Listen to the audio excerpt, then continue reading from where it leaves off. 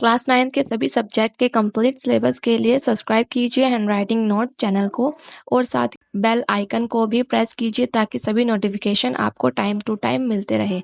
इस वीडियो में हम पढ़ेंगे कक्षा 9वीं का विषय विज्ञान यानी कि सब्जेक्ट साइंस का पार्ट 1 जिसका नाम है हमारे आसपास के पदार्थ।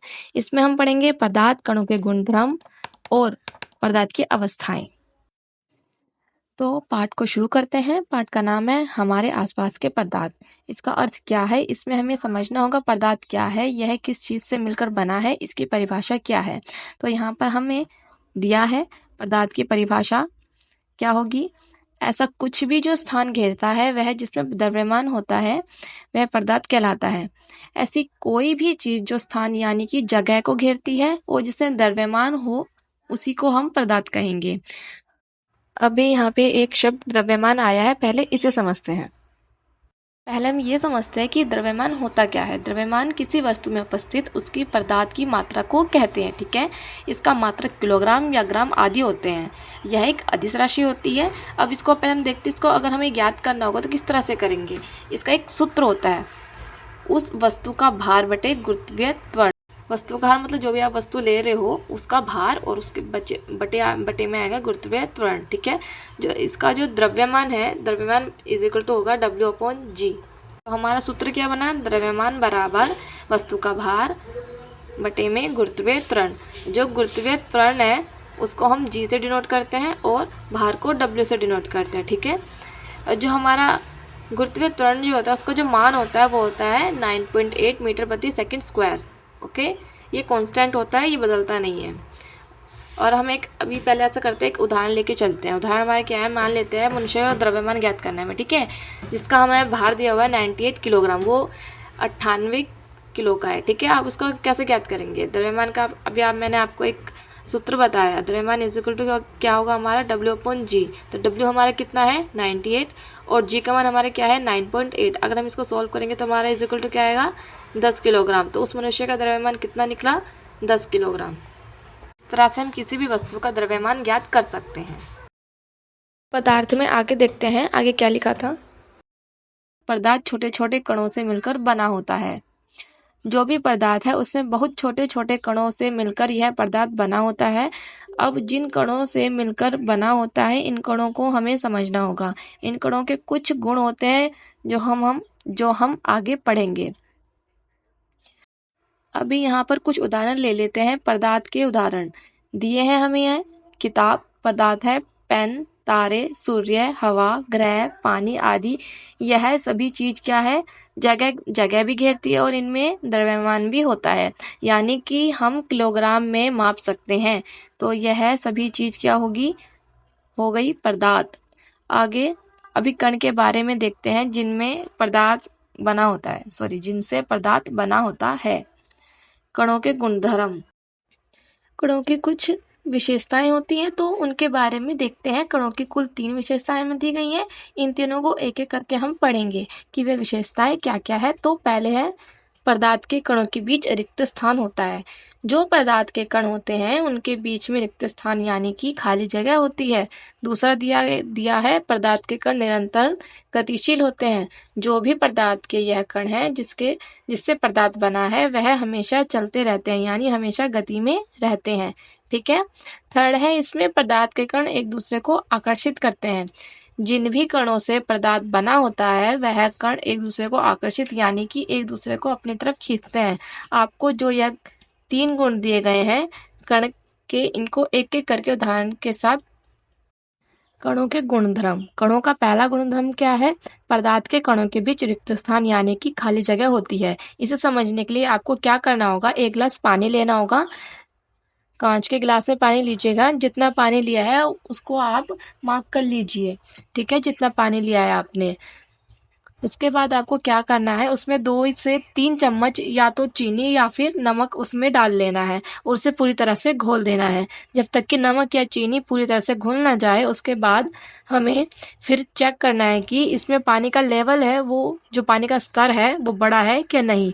तो आप देखेंगे कि पानी का जो स्तर है अभी तक उतना ही है जितना पहले था। अगर हम कोई भी वस्तु बाहर से डालते हैं तो पानी के स्तर में बढ़ोतरी होनी चाहिए, बट क्या होता है, नहीं होती है। इसका कारण क्या है, पानी के अंदर जो रिक्त स्थान है वो, मतलब जब हमने कोई चीज़ उसमें डाली तो रिक्त स्थान वो भर गया, जो नमक था वो घोलने पर पानी के रिक्त स्थानों को उसने भर दिया, इसलिए पानी में कोई भी बढ़ोतरी नहीं हुई। कणों के बीच रिक्त स्थान, जो भी पानी के जो कण है उनके बीच रिक्त स्थान होता है, ठीक है, उनमें 3 बिंदु दिए गए हैं। पहला बिंदु क्या है, सबसे कम जो है वो ठोस में होता है, दूसरा ठोस से अधिक द्रवों में होती है, तीसरा बिंदु है कणों के बीच रिक्त स्थान में सबसे अधिक गैस में होती है। सबसे ज्यादा रिक्त स्थान यानी कि खाली जगह किसमें होती है, गैस में होती है। पदार्थ के कणों का दूसरा गुणधर्म है, पदार्थ के कण निरंतर गतिशील होते हैं। गतिशील यानी कि इनमें गतिज ऊर्जा होती है। तापमान बढ़ने पर कणों की गति और तेज होती है और तापमान घटने पर कणों की गतिज ऊर्जा घट जाती है। गतिज ऊर्जा किसी भी तरह की गति के लिए उत्तरदायी होती है। कोई भी वस्तु अगर चल रही है तो उसमें गतिज ऊर्जा उपस्थित होती ही है। इसी के कारण कोई भी वस्तु एक जगह से दूसरी जगह चलती है। अगर तापमान बढ़ेगा तो गतिज ऊर्जा तेज हो जाएगी, यानी कि कणों में गति तेज हो जाएगी। अगर तापमान कम होगा तो कणों की गतिज ऊर्जा कम हो जाएगी। पहले हम ये समझते हैं कि गतिज ऊर्जा होती क्या है, उसके बाद हम इसमें आगे बढ़ेंगे। गतिज ऊर्जा होती है किसी वस्तु में उसकी गति के कारण निहित ऊर्जा को उस वस्तु की गतिज ऊर्जा कहते हैं। या फिर हम ये भी कह सकते हैं किसी वस्तु में उसकी गति के कारण कार्य करने की क्षमता को उस वस्तु की गतिज ऊर्जा कहते हैं। गतिज ऊर्जा का भी एक फॉर्मूला होता है, गतिज ऊर्जा बराबर होता है 1/2 mv², जहाँ जो m होता है वो होता है वस्तु का द्रव्यमान और v होता है वस्तु का वेग। अब द्रव्यमान तो आपको पता है कि क्या होता है। अब आप ये सोचेंगे कि वेग क्या होता है। वेग, पहले हम ये समझते हैं कि वेग क्या होता है, ठीक है। वेग होता है किसी वस्तु द्वारा एक निहित दिशा में एकांक समय में तय की गई दूरी को उस वस्तु का वेग कहते हैं। ये भी कह सकते हैं विस्थापन के समय के साथ परिवर्तन की दर को वस्तु का वेग कहते हैं। ये दोनों ही पॉइंट, गतिज ऊर्जा और वेग, दोनों ही बहुत इंपॉर्टेंट है, क्योंकि एग्जाम में जब 1 नंबर के क्वेश्चन होते हैं तो वो इनमें से आती, ये छोटी छोटी चीजें बहुत ही इंपॉर्टेंट होती हैं, तो आपको इन सब चीजों को याद रखना बहुत जरूरी है। अब आप समझ ही गए होंगे गतिज ऊर्जा क्या होती है, वेग क्या होता है, और इसका जो सेकंड पॉइंट था हमारा, पदार्थ के कण निरंतर गतिशील होते हैं, इसके बारे में आपने समझा होगा। बट हम एक एक्सपेरिमेंट करेंगे जिससे आप इसे और अच्छे से समझ पाएंगे। समझने के लिए एक एक्सपेरिमेंट करते हैं, वो करेंगे हम कैसे। आपको फिर से आपको क्या करना है, एक गिलास में पानी लेना है, ठीक है। उस गिलास को आपको टेबल पर रख देना है, बिल्कुल हिलाना ढुलाना नहीं है।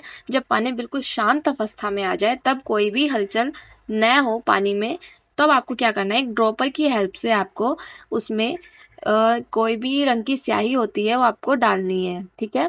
जब आप 1 2 3 बूंदे मतलब उसमें डालेंगे तो आप देखेंगे कि जो स्याही है वो धीरे धीरे फैल जाएगी। को कुछ देर ऐसे ही छोड़ देना है, तो आप देखेंगे कि जो स्याही है वो धीरे धीरे पानी में फैलना शुरू हो गई है, तो पूरे गिलास में फैल गई है, ये पूरा उसी रंग का हो जाएगा। देखा, जो पानी था वो बिल्कुल शांत अवस्था में था, बट जब हमने पानी में एक जो वो स्याही डाली तो वो शांत अवस्था में भी जो उसके कण थे पूरे उसमें फैल गए। तो उसमें क्या हुआ, जो वो स्याही के जो कण थे वो क्या थे, गतिशील अवस्था में थे। इससे आपने समझा होगा कि पदार्थ के जो कण होते हैं वो गतिशील अवस्था में होते हैं। और इसमें 3 पॉइंट और है, वो क्या है कि जो पदार्थ के कण है उनकी गतिशील जो अवस्था होती है वो कम ठोस में होती है, और दूसरा क्या है, कणों की गति द्रवों में मध्यम होती है, और तीसरा बिंदु क्या है, कणों की गति जो होती है सबसे अधिक गैसों में होती है। तीसरा गुणधर्म क्या है, तीसरा गुणधर्म है पदार्थ के कण एक दूसरे को आकर्षित करते हैं, यानी कि एक दूसरे को अपनी ओर खींचते हैं। इसको समझने के लिए आपको एक पानी के नल के पास जाना होगा, उसके बाद आप उसके नल को खोल दीजिएगा। जब पानी आना शुरू हो जाएगा तब आपको क्या करना है, उसमें थोड़ी सी, इसका जो मुंह है उसे थोड़ी सी दूरी पर अपनी उंगली को रख देना है, बिल्कुल बीच में धारा के पानी की उसके बीच में जो आपको उंगली रखी है, तो क्या होगा, धारा अपनी उंगली से टकराएगी, धारा आपकी उंगली से टकराएगी और उसकी 2 धाराएं बन जाएंगी। पानी जो है उनकी 2 धाराओं में बट जाएगी। इस तरह से आधा पानी एक तरफ चला जाएगा और आधा पानी दूसरी तरफ चला जाएगा। इससे आगे क्या होगा, धीरे धीरे करके वह वापस से एक धारा बन जाएगी, ठीक है। धारा में पानी फिर से बहने लगेगा, और हमने जो यहाँ पर क्या किया था, एक धारा को 2 अलग अलग धाराओं में बांटा था। यहाँ आप अपने आप एक धारा कैसे बन गई, क्योंकि इसके कारण जो है पानी के जो कण है वो एक दूसरे को क्या करते हैं, आकर्षित करते हैं, यानी कि एक दूसरे को अपनी ओर खींच रहे हैं। एक धारा में जो पानी के कण है और एक धारा में जो पानी के कण है वो एक दूसरे को आपस में खींचते हैं और वापस से एक धारा में बन जाती है। आकर्षण बल से संबंधित हमें 3 बिंदु दिए गए हों। आकर्षण बल से संबंधित हमें 3 बिंदु दिए गए हैं। इसमें सबसे पहले है आकर्षण बल सबसे अधिक ठोस में होता है। जो ठोस वस्तुएं होती है उसमें सबसे ज़्यादा आकर्षण बल होता है। दूसरा है आकर्षण बल मध्यम द्रवों में होता है। द्रवों में जो आकर्षण बल न तो ज़्यादा होता है न ही बिल्कुल कम होता है, बीच में होता है। तीसरा है सबसे कम गैसों में होता है आकर्षण बल। आकर्षण बल जो है हम सबसे कम गैसों में, या फिर हम ये भी कह सकते हैं कि गैसों में आकर्षण बल जो है वह ना के बराबर होता है, क्योंकि गैसें जो है वह आसानी से एक जगह से दूसरी जगह उड़ जाती है। अब पाठ में अगला विषय आता है पदार्थ की अवस्थाएं। पदार्थ जो है वह किन किन अवस्थाओं में पाया जाता है। तो यहाँ पर हमें दिया गया है पदार्थ की 5 अवस्थाएं होती हैं, लेकिन हम क्या करेंगे, हम सिर्फ 3 अवस्थाओं के बारे में पढ़ेंगे, क्योंकि हमारी जो एनसीईआरटी यानी कि हमारा जो सिलेबस है उनमें 3 अवस्थाओं का ही जिक्र किया गया है। तो किन किन अवस्थाओं के बारे में हम पढ़ेंगे। पहली अवस्था है ठोस, दूसरी अवस्था द्रव और तीसरी है गैस। इन 3 अवस्थाओं के बारे में हम इस पाठ में पढ़ेंगे। यही 3 हमारे सिलेबस में है और जो 2 अवस्थाएं बची हैं वह है, पहली है प्लाज्मा, दूसरी है बोस आइंस्टीन कंस्टेंट। अब हम एक एक करके इन अवस्थाओं के बारे में पढ़ेंगे। पहला है ठोस अवस्था। इसमें कुछ पॉइंट दिए हुए हैं, हम एक एक करके इन पॉइंटों को समझते हैं। पहला पॉइंट है निश्चित आकार। इनका आकार निश्चित होता है। आकार यानी कि इनका साइज जो है वो निश्चित रहता है, बदलता नहीं है। सेकंड है निश्चित विमाएं। कभी भी ऐसा नहीं होगा कि साइज जो होती है वो बढ़ जाए या फिर घट जाए, ठीक है। नेक्स्ट है कठोर। ठोस वस्तु जो होती है वह सभी क्या होती है, कठोर होती है, ठीक है। नेक्स्ट है असंपीड्य, यानी कि प्रेशर या दाब डालकर आप इनका साइज नहीं बदल सकते, ठीक है। आगे है निश्चित आयतन, और इनका जो आयतन होता है वो निश्चित होता है, बदलता नहीं है। उदाहरण के लिए हम लेंगे ठोस में क्या, मेज, ईंट। इनको अगर हम खींचेंगे तो इनका साइज चेंज हो जाता है और इनका आकार भी चेंज हो जाता है। तो आप आकार चेंज होने के बावजूद भी हम इन्हें कठोर कहते हैं। क्यों क्यों कहते हैं, क्योंकि इनका आकार अपने आप चेंज नहीं होता, कोई बाहरी बल लगाने पर ही चेंज होता है, ठीक है। नेक्स्ट हमारा पदार्थ है द्रव। द्रव में क्या होता है, द्रव में क्या है, द्रव के जो कण होते हैं वह आप देख सकते हैं ठोस की अपेक्षा इतनी इनकी जो दूरी होती है वो ज्यादा होती है, ठीक है। तो इनके बारे में कुछ बिंदु दिए गए हैं, उन बिंदुओं को पढ़ते हैं। पहला क्या है, अनिश्चित आकार। द्रव में जो चीज होती है उनका जो आकार होता है वह अनिश्चित होता है। जब भी बर्तन में द्रव को डाला जाएगा वह उसी बर्तन का आकार ले लेता है, ठीक है। इसलिए उसका आकार जो होता है वो अनिश्चित होता है। और नेक्स्ट क्या है, अनिश्चित विमाएं। वो क्यों होते हैं, क्योंकि किसी भी जगह से अगर पानी क्या है, द्रव, जो पानी है वो किसी भी साइड से जगह मिल जाए तो वह वहां से निकलने लग जाएगा, ठीक है।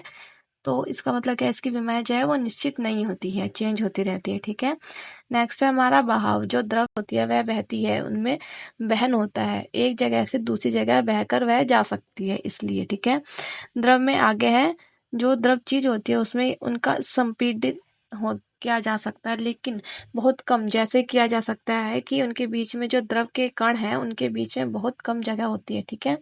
ठोस में जो बिल्कुल भी नहीं होती है, लेकिन इसमें थोड़ी थोड़ी जगह होती है, तो इनको थोड़ा सा दबाव डालकर संपीड़ित किया जा सकता है।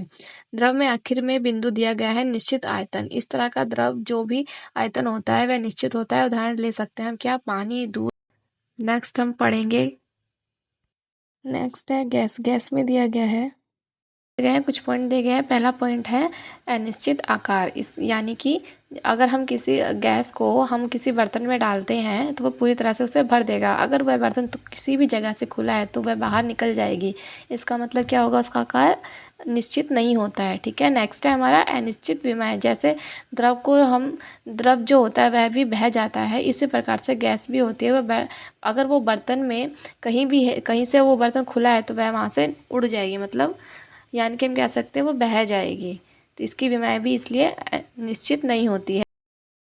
अगला पॉइंट है अधिक संपीड्य। जैसे जैसे जो है वह अधिक संपीड्य हो सकती, जैसे जो गैस होती है वो अधिक संपीड्य हो सकती है, क्योंकि इनके कणों के बीच ज़्यादा जगह होती है, इन्हें ज़्यादा संपीड़ित किया जा सकता है। और आखिरी बिंदु है अनिश्चित आयतन। गैस का जो आयतन होता है वह अनिश्चित होता है। अगर इस थोड़ी सी गैस को हम पूरे बर्तन में भरेंगे तो वह उस पूरे बर्तन को पूरा भर देंगे। अगर गैस थोड़ी और ज़्यादा भी होगी तो वो उस बर्तन को वो भी पूरा भर देगी। ठीक है, उदाहरण के लिए हम ले सकते हैं ऑक्सीजन और मीथेन। मीथेन गैस का जो रासायनिक सूत्र होता है वो होता है CH4। ठीक है, यह दोनों कैसी होती है, मीथेन का जो उपयोग जो होता है वो जैसे हमारे जो रेगुलर हम गैस सिलेंडर यूज़ करते हैं उस सिलेंडर में भी मीथेन की कुछ मात्रा पाई जाती है। ठीक है, ये तो हो गया गैस के बारे में। आगे क्या है, ठोस, द्रव और गैस के गुणधर्म, पदार्थ की तीनों अवस्थाओं के गुणधर्म हम पढ़ चुके हैं। ठीक है, तो हमारे दिमाग में सवाल आता है क्या पदार्थ की अवस्थाओं में परिवर्तन किया जा सकता है। तो परिवर्तन यानी कि बदलाव, तो इसको पढ़ने के लिए हम नेक्स्ट पार्ट में देखेंगे।